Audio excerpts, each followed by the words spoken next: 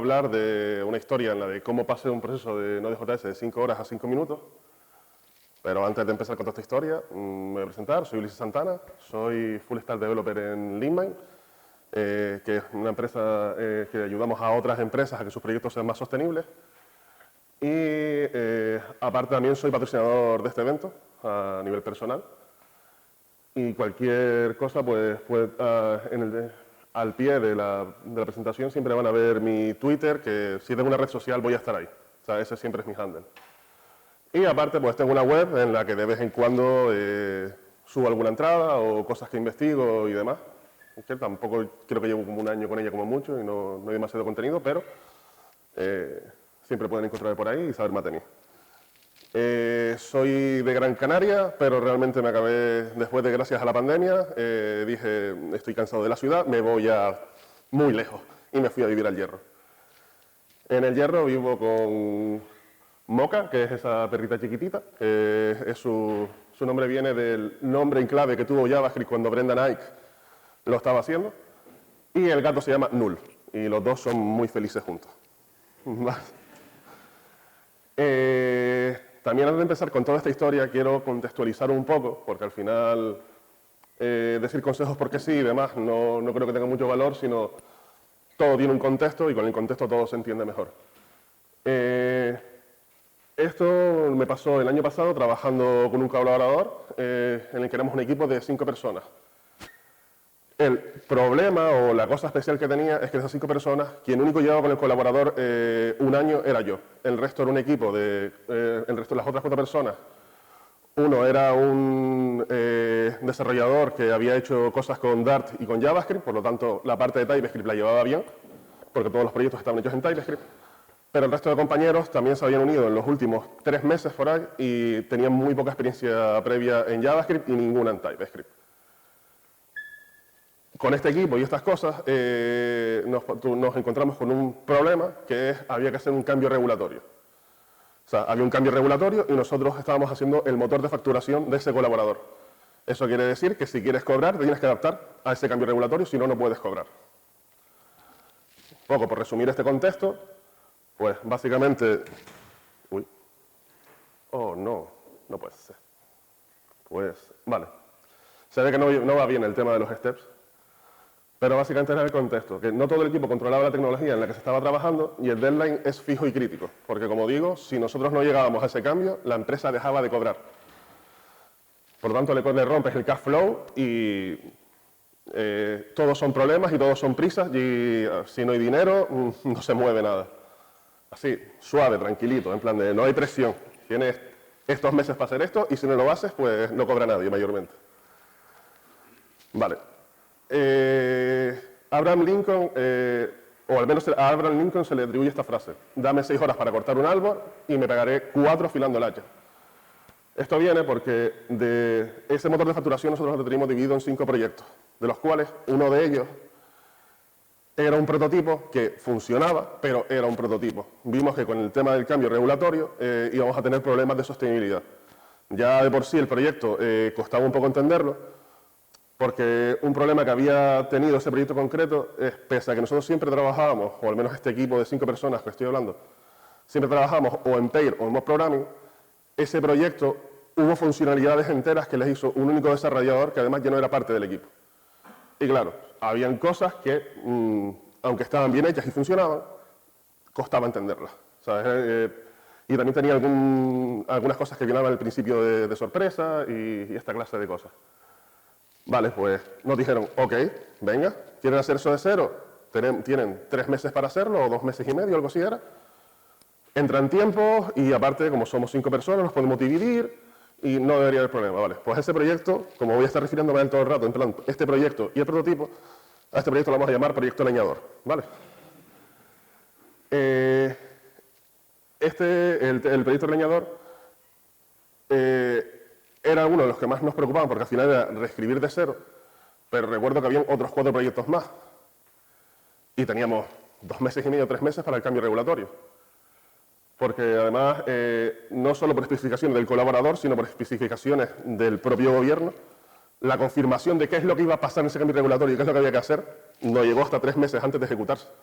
aunque nosotros nos hubiéramos tratado de prever lo máximo posible y querer hacerlo con 6 meses de antelación para ir tranquilos, es que no estaban las especificaciones y el gobierno es así. Vale, pues recapitulando un poco, de estos 5 proyectos, como éramos 5 personas y como dije, siempre estamos o en mob o en PER. Pues, ¿cómo salen las cuentas? Pues 2 parejas y alguien solo. ¿Quién se quedó solo? Hola. Tú que llevas mucho tiempo en el proyecto y controlas, tú vas a poder hacer estas cosas solo. A ver, siempre obviamente cuando hay dudas, preguntaba con el equipo y viceversa. Pero, claro, fue pareja a pareja, yo. El problema que tuve con todo esto es que descuidé el code review, entre otras cosas. Y simplemente me limitaba a, oye, mira, Ulises, tenemos esta duda con esto, tal, ¿cómo lo ves? Y obviamente siempre resolvía dudas, pero casi siempre eran todas cosas de dominio. Un rollo de, oye, esto cómo debería funcionar, en base a negocio y toda esta clase de cosas. Del resto no me preocupaba mucho porque como hacíamos TDD, si las especificaciones están claras y los test pasan, a nivel de negocio no hay problema. Y como además este equipo ya llevaba 3 meses, o sea, llevábamos 3 meses trabajando juntos, en el PER y en el MOB siempre había alguien que controlaba el lenguaje, por lo tanto si habían dudas relativas al lenguaje o cómo funciona JavaScript o cómo funciona Node, se resolvían sobre la marcha y es eso, este equipo ya tenía ese pequeño background más que sea. Por eso yo me despreocupé. Confío en el equipo, confío en la metodología que tenemos, vamos a tratar de añadir el valor en el menor tiempo posible, que era el reto.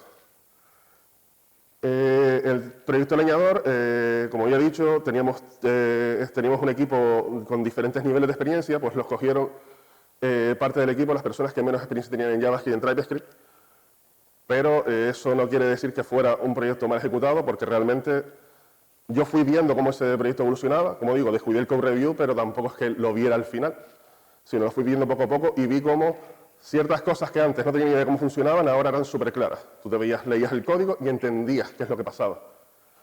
Lo cual fue una evolución brutal, desde mi punto de vista, en el sentido de la sostenibilidad del proyecto. Nosotros estábamos seguros de cualquiera que fuera a coger el proyecto iba a ser capaz de poder añadir funcionalidades o si había que modificar cualquier cosa. El tema es que cuando ya dijeron, oye, mira, el proyecto leñador está terminado, que esto, que lo otro, le podemos pedir una revisión final y tal, ok, venga. Me pongo a mirar y veo cosas que digo, uff, esto con la misma, esto bloquea alguna parte del event loop y podemos perder performance. Bueno, no vamos a preocuparnos, porque al final también parte del plan era, cuando todo esto esté terminado, vamos a coger un set de datos que tenemos en el que el prototipo original tarda tiempo X, eso eran como unos cientos de miles de registros en la base de datos que había que analizar y hacer cosas con ellos. Y hicimos esa prueba en la que... me están saliendo mal las diapositivas, perdón. El prototipo original tardaba 7 minutos y el proyecto leñador tardaba 5 horas, 7 minutos y 54 segundos. No es que me oliera, es que iban a haber problemas, no, es que los hubieron. O sea, quiero decir, estamos hablando de que tardamos 44 veces más. En el día a día, porque esto era un proceso que se ejecutaba todos los días, ¿vale? No era un servidor ni nada, sino era un proceso que se ejecutaba día a día de madrugada.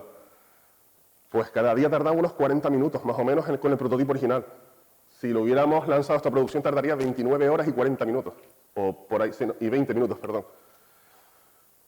Inasumible. O sea, quiero decir, no puede ser que un proceso diario dure más de un día. Aparte de que era uno de los 5 proyectos que se ejecutaban uno detrás de otro, porque al final es eso, es el proceso de facturación, pues primero tendrás que hacer unas cosas y al final harás la factura final una vez tengas todo lo que necesitas. Mi día interno fue así. O sea, quiero decir, ok, pues nada, ¿qué le vamos a hacer? Nos vemos, chao, Lindman. O sea, yo me largo. No. Simplemente fue un sentimiento de, vaya problemón tenemos, y es que además esto pasó a 10 días naturales del deadline. Teníamos realmente eso, un poco más de una semana, contando los fines de semana, para poder arreglar un poco este entuerto, porque como dije, el prototipo original no tenía los cambios que hacían falta para el cambio regulatorio. Y el nuevo era imposible lanzarlo en producción, o vale, sí, podríamos hacerlo, pero es un problemón, es que es un pedazo de problema.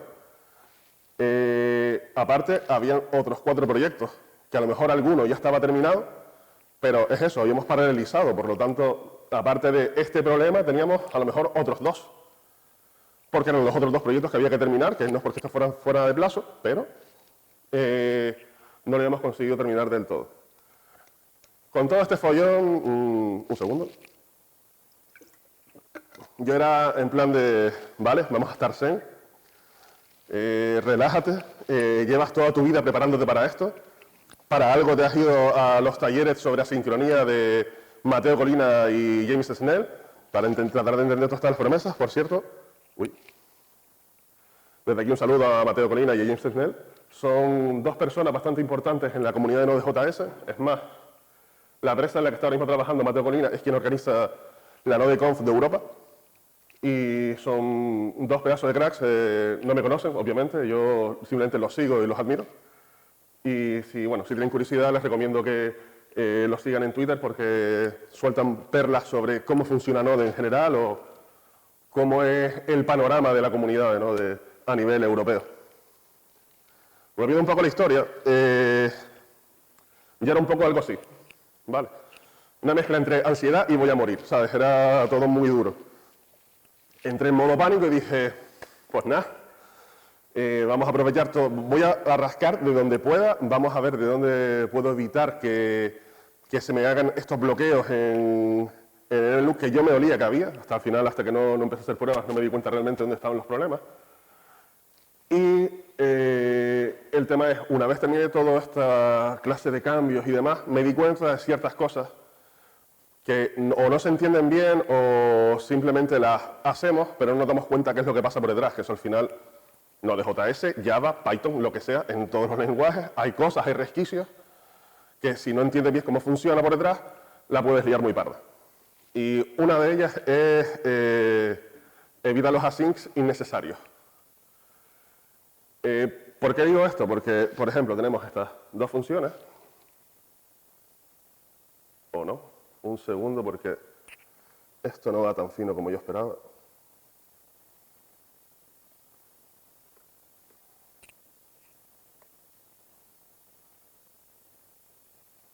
Uy.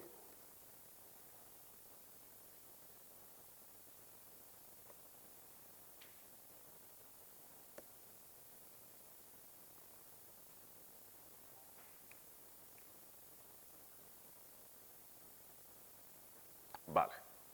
Después de este pequeño fallo técnico, como decía, evitas así innecesarios. ¿Por qué digo innecesarios? Aquí tenemos 2 funciones que son exactamente iguales. La única diferencia es esto, aparte del nombre, obviamente. Pero las 2 hacen lo mismo, simplemente una tiene una sync justo antes de function. Esto convierte en automáticamente lo convierte en una función asíncrona y hace que devuelva una promesa, aunque no nos demos cuenta aquí. Es una estupidez, en el sentido de, ¿me vas a decir que esta palabrita cambia tantas cosas? Sí. Realmente, al final lo que estamos haciendo en una simplemente directamente devolvemos el número, mientras en otro, como dije antes, devuelve una promesa. El devuelve una promesa, Node.js tiene que analizarlo. O sea, tiene que gestionar de alguna manera esas promesas para resolverlas y devolvértelas y hacer todo lo que tú quieras hacer. ¿Qué pasa con esto? Que yo me hice una demo y dije, voy a coger estas 2 funciones por separado y me las voy a ejecutar 1.000.000 de veces para ver si realmente hay alguna diferencia. Y esta es la diferencia. Como vemos, ejecutamos 1.000.000 de veces y la versión síncrona tarda 9 milisegundos en ejecutar ese 1.000.000 de ejecuciones, mientras que la síncrona tarda 57.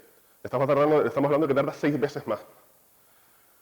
Lo mismo, repetimos, sí, vale, pero es que esto es una chorrada, es que no sé qué. Ok, vamos a un ejemplo en el que nosotros dijimos, pues va a ser que vamos a tener que quitar los async donde realmente no hacen falta. Esto es un ejemplo, ¿vale? Que de lo que a nosotros nos pasó en otro proyecto, que teníamos una suite de test en las que en algún momento todos los ITs eran asíncronos porque se hacían peticiones a base de datos, se miraba lo que había y demás. Llegó un momento en que nos dijimos, vale, estamos haciendo esta petición, todos los tests que son, cuando realmente lo que estás analizando es, una vez escribe en base de datos, cómo se ha escrito. Oye, pues lo hacemos una vez a la punta arriba y el resto nos lo quitamos de encima. El tema es que se nos quedaron los async de por medio.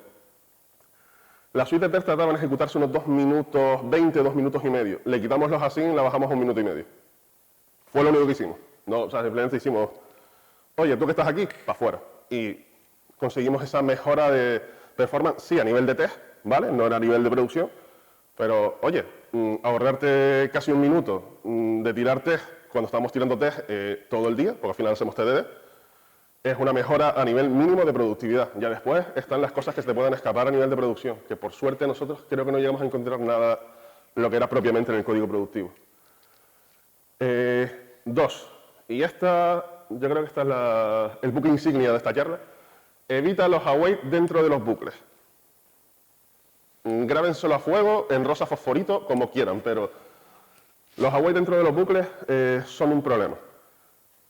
Para esto voy a contextualizar de nuevo en un ejemplo en el que todos más o menos nos movamos con qué es lo que tiene que hacer. Imaginemos, a ti te han pedido que para cierta lista de IDs, que te dan un array de IDs, tú tienes que llamar a una API y conseguir información de, pues, por ejemplo, a lo mejor son usuarios, pues dame toda la información del usuario. ¿Qué pasa? La API, por problemas técnicos o por restricciones técnicas, solo te permite pedir uno a la vez. No puedes pasar la lista entera y que te lo devuelva todo y entonces todo sería maravilloso porque no tendríamos este problema. Vale, pues, ¿qué es lo que he pensado? ¿Qué es lo primero que se nos viene a la cabeza? Vamos a hacer un bucle. Apesta bucle. Quiero decir, si tengo que quedártelos todos, pues tendré que ir uno a uno pidiéndolo. Vale, aquí vemos que es una función sencillita. Simplemente tú me pasas la lista de ID y yo en un for empiezo a añadirlos, que le meto la wait para que me dé la información para poder resolver la promesa. Cosas básicas de async await. Y al final yo te devuelvo la lista ya con toda la información de los usuarios. Sin ningún problema, porque esto funciona. Pues si lo pruebas va a funcionar, pero claro, tanto como sin problemas es la parte que no tengo tan clara. Porque cuando haces ese for await lo que pasa es esto. Hasta que no se cumple la primera promesa, no pasas a la segunda, y hasta que no se cumple la segunda, no pasas a la tercera, y así llegando hasta n. ¿Cómo podríamos mejorar esto? Pues esta sería una posible solución, en la que vemos es lo mismo, lo que pasa que hay 3 sutiles diferencias. 1, ya no tenemos async. Esta función ya no es asíncrona. Y después explicaré por qué. 2, en el for ya no hay await. Aquí esto es, voy a derribarme un poco. Entonces, ¿qué es lo que se está metiendo dentro de ese array? Se está metiendo en ese array, se está metiendo promesas en estado pendiente. Las promesas tienen 3 estados, o pendiente, o fulfilled, o rejected. Fulfilled es cuando todo bien, y cuando haces el await o el punto .den te la devuelve directamente. Y el rejected es que cuando pasa una de dos, o lo capturas por el punto catch, o tienes que tener un try catch en caso que estés haciendo una await porque va a pegar un petardazo. Por lo general lo que va a hacer es lanzarte un error. Una forma de verlo es como el experimento del gato de Schrödinger. Mientras no abras la caja, el gato está muerto y vivo a la vez. Pues lo mismo, mientras no resuelvas la promesa, está a la misma vez fulfilled y rejected, y una vez resuelves, pues ya tienes o el valor o el error que analizar. Y la última diferencia que tiene es que en vez de devolver el value, lo que hacemos es un return promise.all values. Promise.all es un método del prototipo de promesas en JavaScript que acepta un array de promesas en estado pendiente. Y lo que hace es resolverlas todas a la vez. Y digo lo de a la vez porque sé que alguien me diría, no, es que en el fondo realmente no es a la vez, pero sí, pero casi a la vez, ¿vale? Y con esto, ¿qué es lo que hacemos? Pues que cambiamos completamente el gráfico. Ya no es una, no. Esto va a tardar lo que tarde la más lenta, que es como sería en este caso. Tardará, pues la segunda es la más lenta, pues ese es el tiempo todo el que vas a tener que esperar. Como no, otra demo en el que hacemos este ejercicio de simulamos, ¿vale? Porque como no para no estar peticiones a API, realmente lo único que hace es esperar 1 milisegundo para poder simular ese rollo de estoy esperando por algo. Pero en este ejemplo es esta misma lógica de tengo un for, me paso una lista de IDs y todas estas cosas, y que al final recorres un bucle de 100 elementos en el que o haces el await o haces el promise all. Por cierto, en la charla probablemente en algún momento diga promise o cosas locas, es promise. ¿Vale? Lo que pasa es que como yo lo aprendí como promise, mi cerebro de vez en cuando me putea un poco. Este ejemplo que decía, tenemos ese bucle de 100 elementos y eso lo va a hacer 1000 veces, ¿vale? Lo mismo que antes. Vamos a forzarlo para ver las diferencias. Vamos a mostrar la demo, porque es que yo no sé, ¿cuántos esperan que sea la diferencia entre un método y otro siendo el código tan parecido?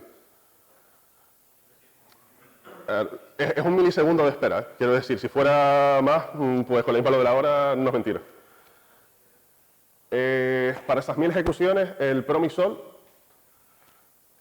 tardó 1 segundo y poquito, y con el await dentro del for, casi 2 minutos, 1 minuto 55 segundos.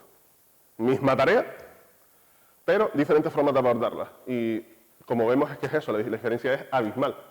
Piensen esto aplicado a producción. La tarea que teníamos, por ejemplo. Oye, porque imagínate que al final nosotros a lo mejor estamos en esta tarea que dije, rapeando la cosa de un tercero. Dame todos estos usuarios de Twitter, y tú se los pides a Twitter y se los tienes que pedir de uno a uno haciendo todo esto. ¿Cuánto tiempo estás esperando tú por la respuesta si lo hicieras con el for await? Es que no sé si incluso te llegaría incluso a dar un timeout y no te respondería.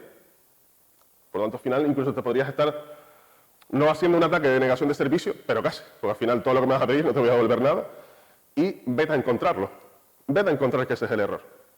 Porque, claro, como dije, si no entiendes bien cómo funciona todo por debajo, que yo tampoco lo entiendo a la perfección, pero sé que hay ciertas cosas que hay que evitar porque el event loop al final no está formado por una única lista de tareas, sino son varias, y las promesas hay una que está reservada solo para toda la parte de asincronía con promesas, que no con callbacks va por la cola de toda la vida.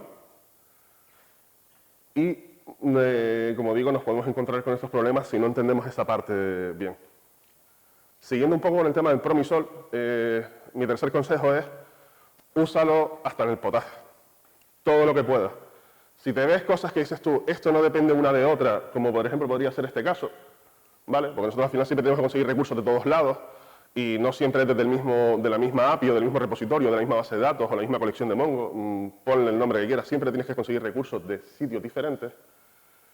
Pues aquí tenemos un ejemplo de cómo es lo normal que se suele ver, que es, oye, necesito usuarios, contratos y facturas para este usuario porque esto lo que hace es dámelo todo. O sea, en plan, lo quiero todo del usuario y tú te buscas la vida para ir a los diferentes repositorios y cogerlo.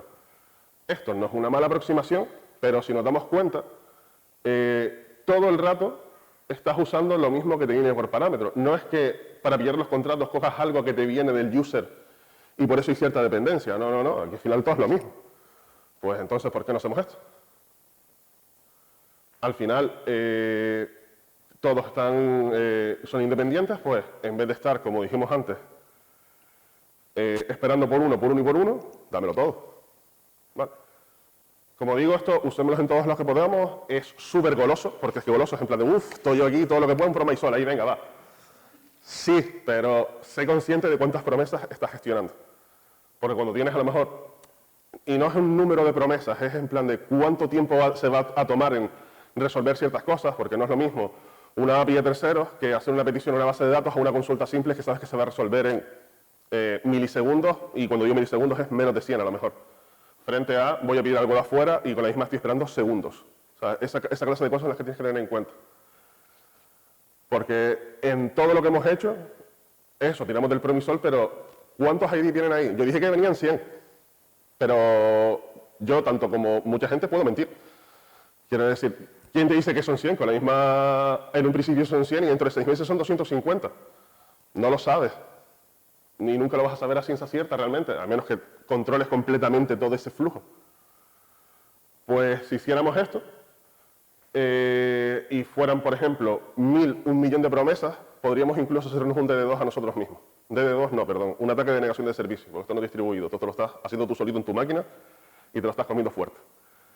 Y claro, eso te puede petar muchísimo. Cuando estamos en esta clase de situaciones, yo lo que recomiendo y lo que solíamos hacer sobre todo en este equipo era usar una librería llamada PMAP. ¿Vale? Es una librería open source, por supuesto, como todo, como casi todo lo que tiene que ver con Node y con JavaScript. Y como vemos, la forma de usarla no es muy diferente. Aquí directamente lo estás haciendo todo en una línea, porque es en plan de tengo una lista de IDs, los mapeo Y cuando pasando por cada uno de ellos, pues me vas a pasar tu user ID, voy a pillar el usuario y me vas a resolver todo eso. Aquí es lo mismo, pero separado por filas. El primer parámetro que tienes que pasar es la lista de elementos sobre la que quieres iterar, lo que va a ser el mapper, la función, y por último, las opciones que acepta PMAP. Y las opciones que acepta PMAP son varias, creo que son 2 o 3, no son muchas más, pero la más importante es esta, concurrency. Esto significa, yo tengo 1 millón de promesas, vale, pero me la vas a ejecutar de 10 en 10. Y ya está. O sea, quiere decir, de eso nunca se va a pasar. Maravilloso, funciona y demás. Quiere decir, yo no le he encontrado todavía ninguna pega. También se puede ir a GitHub y ver cómo está hecho, que verán que utiliza generadores y ciertas cosas fancy de JavaScript que no todo el mundo domina. Y la verdad es que es eso, funciona muy, muy bien. Nosotros lo usamos sobre todo para el proceso principal, en el que empezaba a venir un montón de cosas y si lo hacías todo a la vez, pues no sé, ¿cuántas promesas podías tener ahí? 100.000. Era bastante gordo. Una cosa así más de PMAP, si lo van a usar, tengan en cuenta que en la versión 5 pasaron de CommonJS a ECMAScript Modules, que esto es mayormente, si tú en tu package JSON tienes type module o usas la extensión .mjs, significa que lo que estás usando son los módulos nativos de JavaScript, bueno, de ECMAScript. Mientras que si lo que usas es el request de toda la vida de Node, estás en CommonJS. Que están con ese caso en el que están usando require o están usando, por ejemplo, Babel y Babel o TypeScript, a lo que transpila es a CommonJS, versión 4. Que están con módulos, versión 5. Ya está. Simplemente era por, si van a jugar y no me funciona, por eso, porque a nosotros nos pasamos a la versión 5 en plan de tendrá mejoras de seguridad y estas movidas. No, era esto. Y nos rompía el build. Así que nos volvimos a CommonJS porque no era plan estar cambiando la configuración de TypeScript por una librería. Vale. Cachear queries. Esto puede sonar muy obvio. Es decir, al final, quiero decir, esto lo haces en todos lados. Si tienes un proceso en el que estás pidiendo cierta información que no cambia con el tiempo, al menos mientras lo estás ejecutando, cachéalo para evitar llamadas a la base de datos y toda esta clase de cosas. Hasta ahí normal. ¿Qué pasa? Que para esto las promesas en JavaScript son muy especialistas. Al menos en Node, sobre todo, son muy especialistas. ¿Por qué? Porque no tienes que cachear por valor, tienes que cachear por promesa. Volvemos a lo de antes, tienen que gestionarlo, pues Node lo gestiona mejor así, aunque parezca una tontería. Aquí, por ejemplo, tendríamos una función en la que hacemos este rollo de cachear por valor, en el que vemos que tenemos una función asíncrona, bueno, lo que devuelve es una función asíncrona que se llama getNumber, que si el valor no está definido todavía, porque es la primera vez que nos están llamando, oye, llama a esta función, me resuelves la promesa y al final devuelves y ya está. ¿Cómo lo harías por promesa? Pues de esta manera que vemos que es otra vez lo mismo. Las diferencias son sutiles, ya no tenemos async arriba. Perdón, no tenemos async arriba, no, en el getNumber ya no tenemos el async. ¿Vale? El cambio de arriba simplemente es que la función se llama diferente. Y como vemos aquí el valor, lo que almacenamos es otra vez lo mismo, no le metemos a la wait. Simplemente déjame la promesa pendiente de resolver y eso es lo que cacheamos para después resolverlo. Como no, otra demo. Hice una pruebita, que esta, si no recuerdo mal, creo que fueron 100 millones de veces la ejecución, porque la diferencia es muy sutil, pero es diferencia. Si para 100 millones de ejecuciones, cuando cacheamos por promesa, tarda 3 segundos con 8, 3 segundos con 8, y cuando hacemos por valor tarda 5,3. Sutil, pero si quieres rascar todo lo que puedas, que en el momento de desesperación que estaba yo, vamos, rascaba donde pudiera, pues es útil.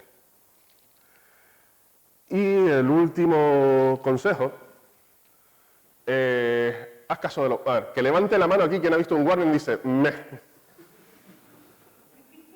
mal. Vale, yo hacía las mismas mierdas. Ok, o sea, quiere decir, y eso fue vamos a ver que fue un problema divertido cuanto menos. Al ejecutar el proceso del proyecto leñador, a mí me salía este warning. Bueno, nos salía en general a todos este warning, que te decía, oye, mira, con la misma hay un memory leak con el event emitter porque estás metiendo más listeners de los que deberías. Te pone lo de 11 listeners added, porque el máximo recomendable por Node son 10. De nada que él detecta que abres más de 10 te suelta este warning porque te puedes acabar teniendo un memory leak.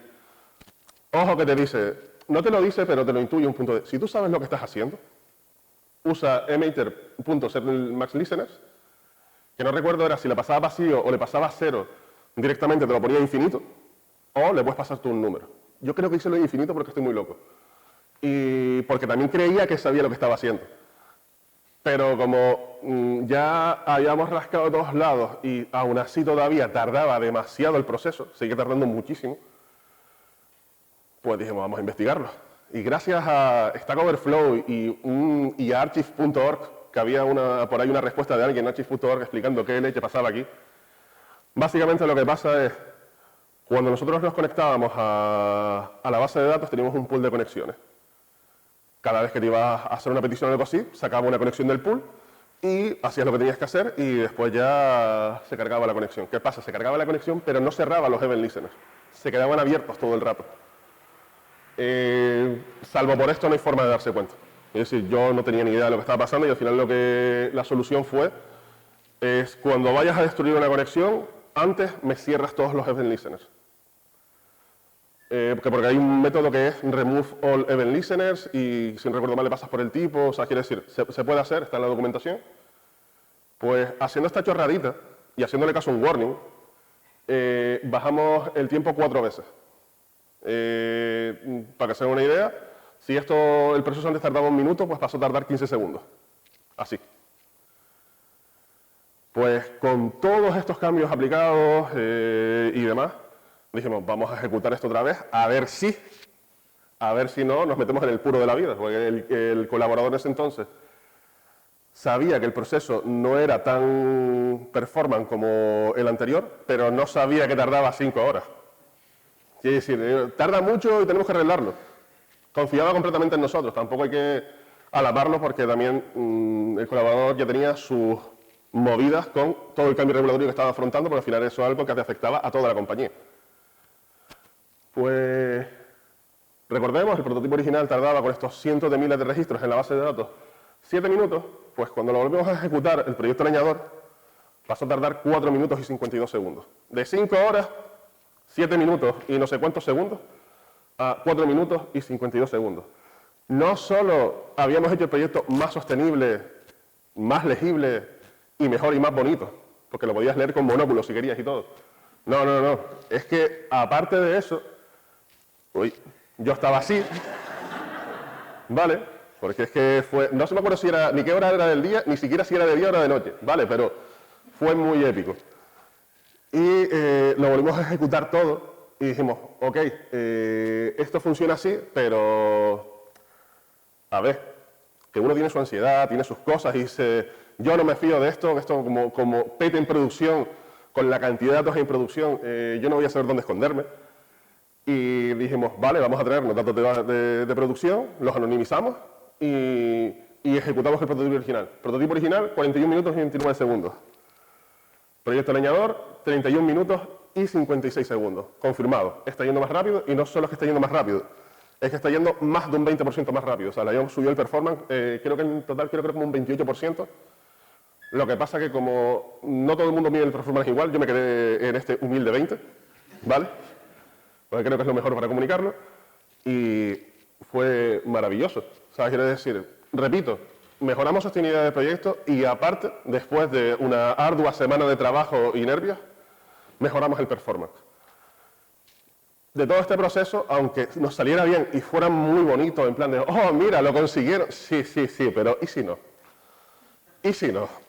Pues el aprendizaje que saqué de esto era que, uno, que la sincronía en JavaScript está más incomprendida de lo que se pensaba, no solo en JavaScript, la sincronía en general es uno de los conceptos más complicados. Además, tengo un compañero en LinkedIn que dice todo lo que tenga que ver con time zones y con la sincronía es un infierno.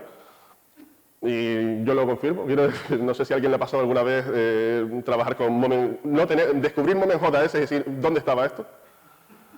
Y la otra es eso, la sincronía es más incomprendida y porque hay veces que tiene que ver también con cómo el lenguaje la interpreta.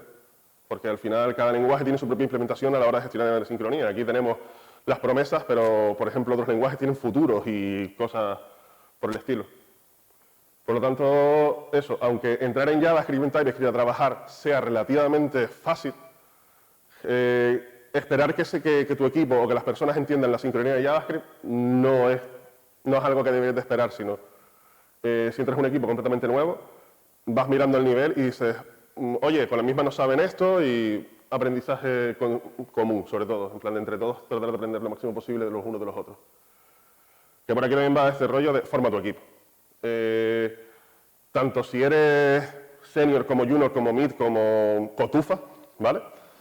El equipo entero es el que tiene que tener el conocimiento. Y lo ideal es que desde la organización siempre se trate de buscar momentos en semana, mes, donde cuadre, ¿vale? Pues al final cada empresa funciona de una manera diferente y se gestiona de una manera diferente, pero lo importante es que haya una formación continua y que todos tratemos de estar más o menos en la misma página. Al menos a nivel de saber qué cosas se pueden hacer y qué cosas no son recomendables hacer. Al principio, si esto lo vas a montar de cero, es un coñazo, porque tienes que preparar un montón de formaciones y demás, pero en algún momento vas a cambiar de equipo. O sea, todo lo que empieza tiene que acabar. En algún momento, aunque sea entre la misma empresa, pasarás a otro lado y depende de cómo esté gestionada la empresa, incluso habrá en otro lenguaje, en el sentido de su dominio es otro, sus problemas son otros, y a lo mejor no tienen esta misma formación que puedes compartir. Aparte que lo de siempre, si te puedes montar un blog y ponerlo todo y dejarlo público, pues mejor, o un canal de YouTube, para quien tenga la valentía. El otro es la responsabilidad de ser compartida. Esto lo quiero hacer hincapié sobre todo porque no sé, que levante la mano a alguien le ha pasado, de estar en un equipo y que las personas que tienen más experiencia, los AKA seniors, son los que más se echan las cosas a la espalda. Levanten manos, por favor, para saber si no estoy solo. Vale, no estoy tan solo. Yo creo que esto es un error, o sea, quiero decir, es normal que pase, pero es un error porque las personas que tienen menos experiencia, si tú te las llevas contigo cuando te vas a cargar esa mochila al hombro, van a aprender muchísimo. Y el gap va a ser cada vez menor, aparte de no tienen la misma visión de los problemas y las resoluciones una persona que tiene poca o menos experiencia que tú, o simplemente diferente, porque al final puedes tener los mismos años de experiencia, pero ha trabajado en otras cosas, ha visto otras cosas, y eso permite que, por un lado, el equipo aprenda que cuando hay problemas todos somos responsables, por lo tanto no hay un rollo de, no, esa funcionalidad la hizo no sé quién, yo me voy de birra, ¿vale? No, que tenemos que ser eso, un equipo, completamente. Y que no porque seas senior tienes que echártelo todo a la espalda, sino realmente es todo lo contrario. Tenemos un problema, ¿cómo solucionamos? Y si lo solucionas tú solo, entre comillas, porque te dio la inspiración mientras estabas duchando y dijiste, voy a coger el ordenador un momento, compártelo después. Y por último, y esta es el mayor aprendizaje que saqué yo de todo esto, sé prescindible. Cuando digo ser prescindible, pasa porque puedes ser cuello de botella, y bueno, yo en este proyecto fui cuello de botella, por dominio y porque básicamente era quien más experiencia tenía con Node y resolvía ciertas dudas. Y claro, cuando pasan esta clase de cosas es un problemazo, porque las cosas van a poder avanzar tanto como puedas avanzar tú que eres el cuello de botella. Podemos usar otra frase que es la típica de una cadena es tan fuerte como lo es su eslabón más débil. Pues si tú estás ahí que no puedes hacer más nada, no va a avanzar mucho la cosa. ¿Cómo solucionamos este problema? El problema cuando eres prescindible es que toda la información la tienes dentro de ti, todo el conocimiento, todo el dominio y demás. Al revés, sácalo. Documentación, formación, lo que sea. Cuanto más tengas fuera de ti, más fácil va a ser que tú te puedas cambiar de proyecto, que te puedas poner malo, que te puedas pedir un día. O sea, quiero decir, no todo es irnos o vamos a morir, sino quiero decir, hay veces que te puede pasar de necesito este día porque me quiero ir a la conferencia, pero con la misma no puedo porque tenemos una entrega la semana siguiente y yo soy clave en todo esto. No, sé prescindible. Todo lo que puedas, delega en el equipo. O sea, al final de todo este aprendizaje es trabaja en equipo, pero que el equipo sea un ente. No que sean varias personas ahí que de vez en cuando se ven o de vez en cuando interaccionan, sino trabaja como equipo todo lo que pueda. Y como me queda tiempo, ¿no? Vale, muy rápido. Estos son, no lo saqué del proyecto leñador, pero por movidas a las que me he enfrentado o fricadas que me he puesto a investigar. Estos son otros consejos de... Ah, no, perdón, me estoy equivocando muchísimo, me acabo de saltar una diapositiva. Resumiendo, ¿cómo gestionar sincronía en JavaScript en base al aprendizaje del proyecto leñador? Evita los async innecesarios, evita los await dentro de los bucles, repito, a fuego, repitan conmigo, evita los await dentro de los bucles. Me vale, perfecto, ok. Usa promise all siempre que puedas, pero sé consciente de cuántas promesas estás gestionando. Esto es muy importante porque estas dos al final vienen muy enlazadas. Cachea promesa en vez del valor que resuelve en caso de que te vayas a poner a cachear cosas y demás. Y no ignores los cuernos. Bonus tips, que esta fue la diapositiva que me había adelantado. No mezcles tipos de asincronía. Esto quiere decir, porque yo he visto... Era un new promise que dentro tenía el callback del promise, que dentro a su vez había el... ¿qué sé? New promise, el callback del promise tiene una async, para empezar. ¿Qué dices tú? Si tienes un new promise, ¿para qué le metes una async? Pues eso, porque había una await más abajo. Y aparte de todo eso, se llamaba a la API de callbacks del sistema de ficheros. Estás mezclando las promesas puras, por decirlo de una manera, async await, y aparte hacer callbacks, que es por algo nacieron las promesas, para alejarnos de los callbacks. Si tienen algún callback que quieran pasar a promesa, porque obviamente es mucho más cómodo, hay es parte del built-in de Node, que viene de la librería utils, y tú puedes hacer un require de utils y haces un structuring y te sacas Promisify. Promisify, tú le pasas ahí cualquier cosa que sea un callback, lo típico de error y valores, y él te lo convierte directamente a promesa.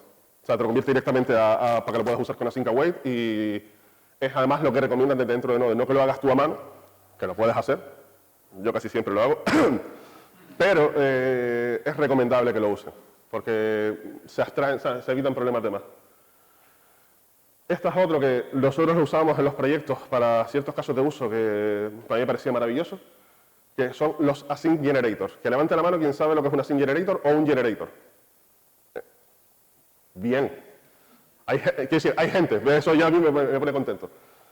Es otra forma de gestionar la sincronía. Donde brilla es cuando estás trabajando con streams, porque te permite quitarte las movidas estas del data, on data, on error, on result y movidas de estas, sino lo trabajas con awaits y movidas así, es de otra manera, ¿vale? No tiene que ver con el tema de los bucles de los awaits que hablé antes, es otra movida. Y es súper eficiente a nivel de Node. Aparte de los streams, yo otro caso de uso que les saco muchísimo es cuando queremos sacar de una base de datos en bulk, en plan de eso, tengo 1.000.000 de registros y lo voy sacando de 1.000 en 1.000.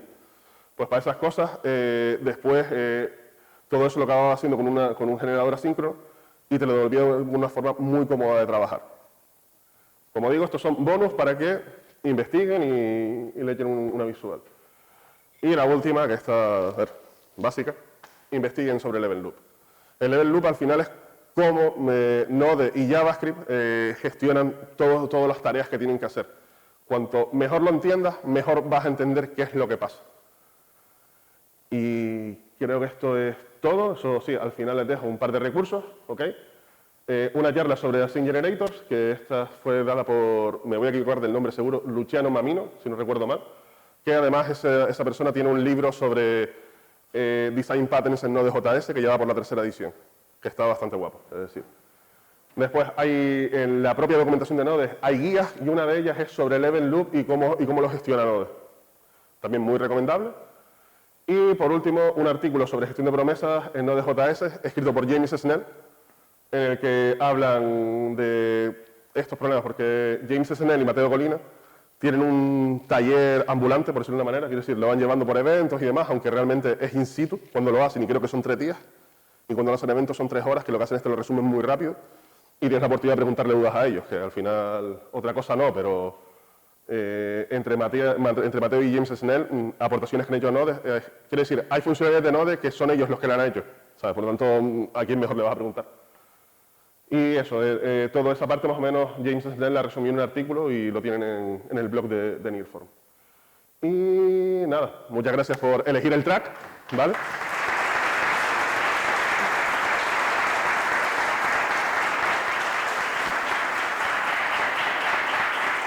Gracias.